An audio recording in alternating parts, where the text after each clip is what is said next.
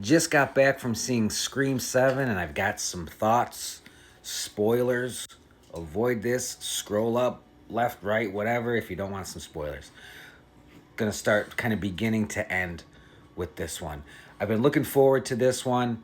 Leading up to release here, I started seeing headlines, avoiding spoilers, but seeing some headlines that maybe the movie wasn't very good. I don't care about any of that because there's plenty of movies where critics don't like it, but we do. So it's all opinion. So not a good sign, but I always go into a movie with a clean slate. I start at like 100%, and it's up to the movie to lose me. So that's how I went into it. Let's start with the opening, of course. Always legendary with Scream movies. Who are these actors? They did great. The actors did great, but it's supposed to be like a big name celebrity sort of thing, isn't that the gimmick? And then they die, and oh, what a shocker! It's a fun thing. The opening was super cool though. It was a stew house, the Mocker House knockoff. I think they do say it's a replica home. Um, Maybe it was a real one, but I'm pretty sure there was a line that made it look like it was a replica. But it's Airbnb. Great, funny thing. A horror fanatic and his girlfriend who's just, coming along because he wants to go. Cute, scary. They die. They die. Bloody deaths. All the deaths in this are very gruesome, so I'll give the movie that for sure.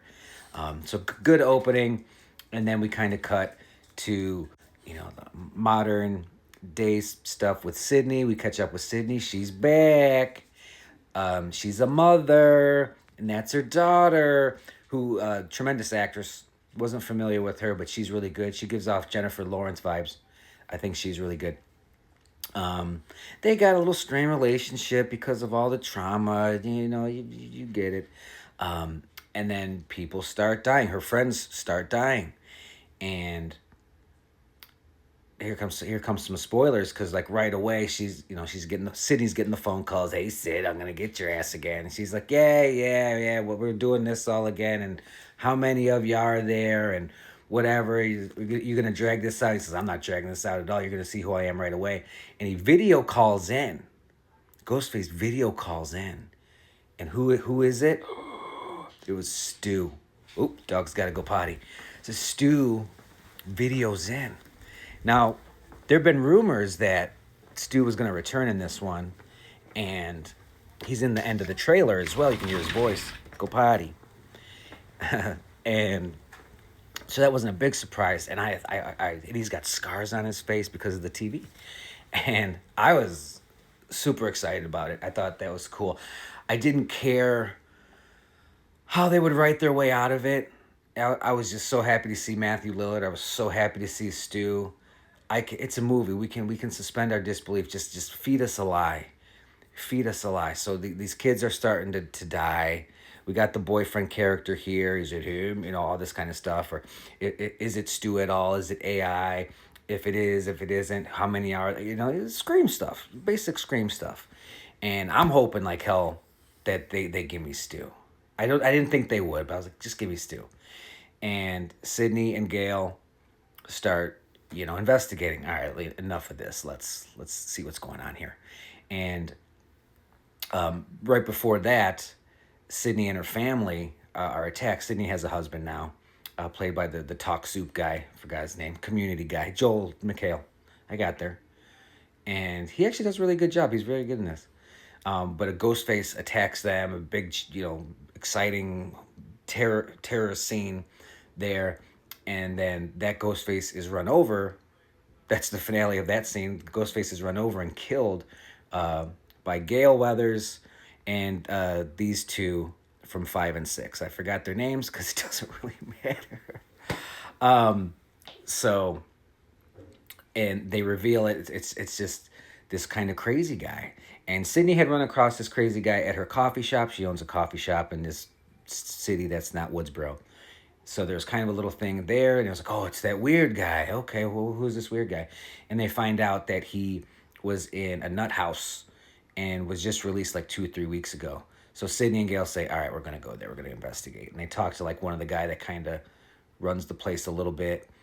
and he gives him some info on this ghost face. He killed some women, and he'd just gotten out. And they asked, did he have any friends or anything? And actually, she shows the guy a picture of this new stew with a scarred up face. I was like, what about this guy? You know anything about this guy? And he's like, oh, that's John. It's John Doe. He was here too. It's like, yeah, he came here like 30 years ago. He had amnesia. And he just got out 2 weeks ago too. So I'm like, I'm in. I don't care that this is how we're doing it. I got Stu back. He keeps having these calls with Sydney, these video calls, and he's crazy because he's Stu. And I loved it. I loved every second of it. And they're trying to figure it out. They're trying to suss him out. Does Stu have a partner? It seems like it. All this kind of stuff. And then very enjoyable movie. Very enjoyable movie until the end. This is what happened with 6. The killer reveals have to hit. The killer reveals have to be satisfying. And if they're not, it almost ruins the whole movie. Now, spoilers, once again. Killer reveal, this is so bad. It is the neighbor lady who's like Sydney's little buddy. She's got a local pal. It's the neighbor. She goes to the coffee shop with Sid, and they're like, hey. Her son is like this weirdo kid who loves horror movies, go figure, and wants to do a podcast, and he's like obsessed with Sydney. But the killers is the friend, the lady friend, neighbor lady, and who's number 2? There's only 2. Who's number 2?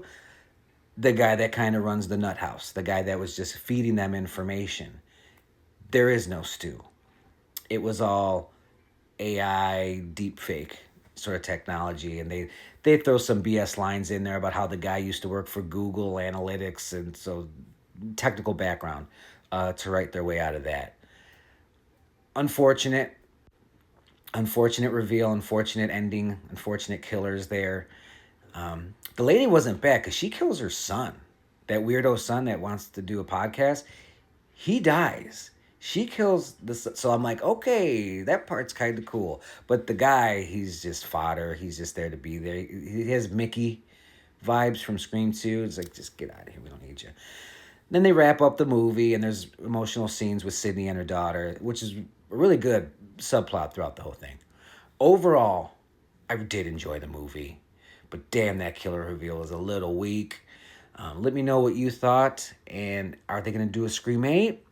Do they actually pull the trigger and bring Stu in? This was probably it. This is the closest we'll ever get.